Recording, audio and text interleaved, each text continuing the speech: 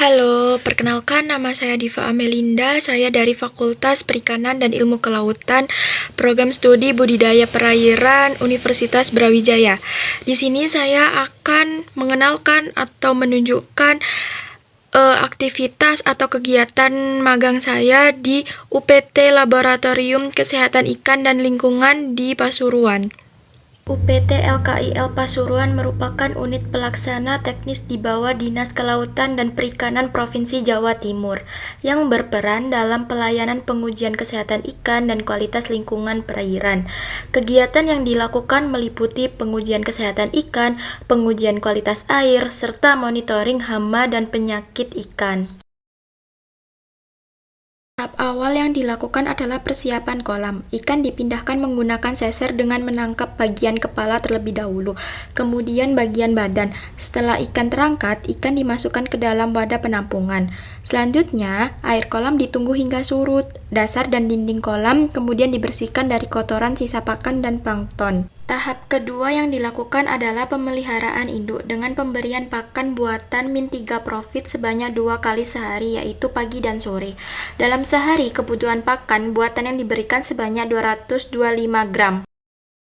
Pencarian daun talas dilakukan sebagai pakan alami tambahan untuk induk ikan gurami. Tahap ketiga adalah pengecekan kualitas air meliputi parameter kimia, amonia, fosfat, nitrat setiap 2 minggu sekali dan parameter fisika, pH dan DO setiap 1 minggu sekali.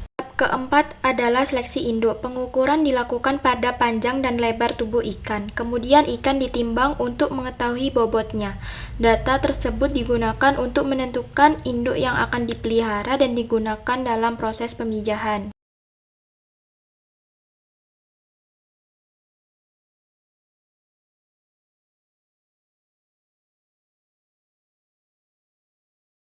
Tahap kelima adalah persiapan ijuk dengan memisahkannya dan memasukkannya ke dalam sosok sebagai bahan pembuatan sarang. Setelah sarang terbentuk, ikan gurami melakukan pemijahan selama kurang lebih 1 minggu. Tahap keenam adalah pengambilan telur setelah pemijahan. Telur diambil secara perlahan dari dalam sosok agar tidak rusak, kemudian dipindahkan ke dalam bak penetasan. Tahap ketujuh adalah seleksi telur dengan memisahkan telur yang masih hidup dan telur yang mati. Setelah 3 hari, masih terdapat cukup banyak telur yang mati sehingga perlu dilakukan seleksi. Memasuki hari kelima, telur mulai menunjukkan perkembangan dengan munculnya mata dan ekor. Setelah 1,5 minggu, kuning telur mulai memudar secara perlahan.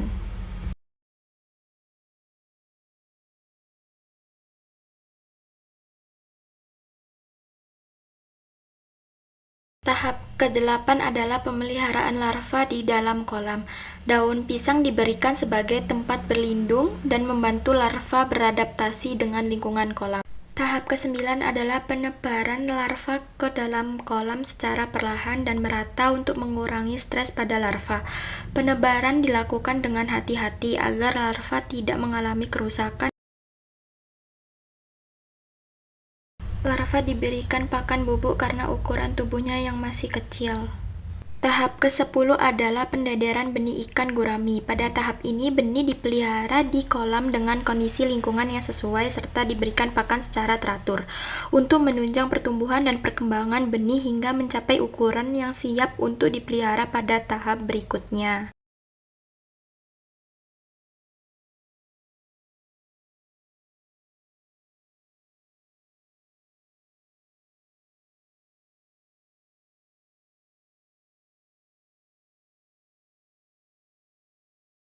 Tahap ke-11 adalah grading benih ikan gurami berdasarkan ukuran tubuh. Benih dipisahkan menjadi kelompok berukuran lebih besar dan lebih kecil agar ukuran benih lebih seragam dalam pemeliharaan.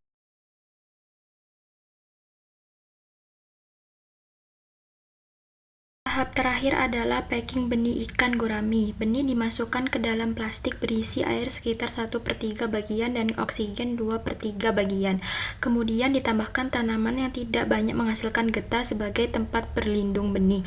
Lalu plastik diikat dengan kuat agar tidak terjadi kebocoran. Berikut merupakan daftar harga jual benih ikan gurami di UPT LKIL Pasuruan. Assalamualaikum warahmatullahi wabarakatuh. Saya Firdaus dari UPT Laboratorium Kesehatan Pendidikan dan Lingkungan Pasuruan memberikan kritik dan saran kepada mahasiswa Universitas Brawijaya Prodi Budidaya Perairan yang telah mengikuti kegiatan magang di UPT Laboratorium Kesehatan Ikan dan Lingkungan untuk lebih meningkatkan kinerja dan juga meningkatkan wawasan serta pengetahuan dalam kegiatan yang ada di budidaya perairan, terutama etos untuk mengikuti kegiatan magang lebih ditingkatkan, serta mahasiswa atau mahasiswi perikanan budidaya Universitas Brawijaya telah mengikuti kegiatan magang dapat menerapkan ilmu pengetahuan yang didapat dari UPT kami ke dunia pekerja atau ke dunia kampus yang akan datang, sehingga mahasiswa atau mahasiswi Universitas Brawijaya yang telah mengikuti magang dapat menambah wawasan serta ilmu pengetahuan. Kedepannya kami harapkan mahasiswi yang telah mengikuti magang bisa mendapatkan pengetahuan dan bisa menerapkan ilmu yang didapat lebih baik lagi.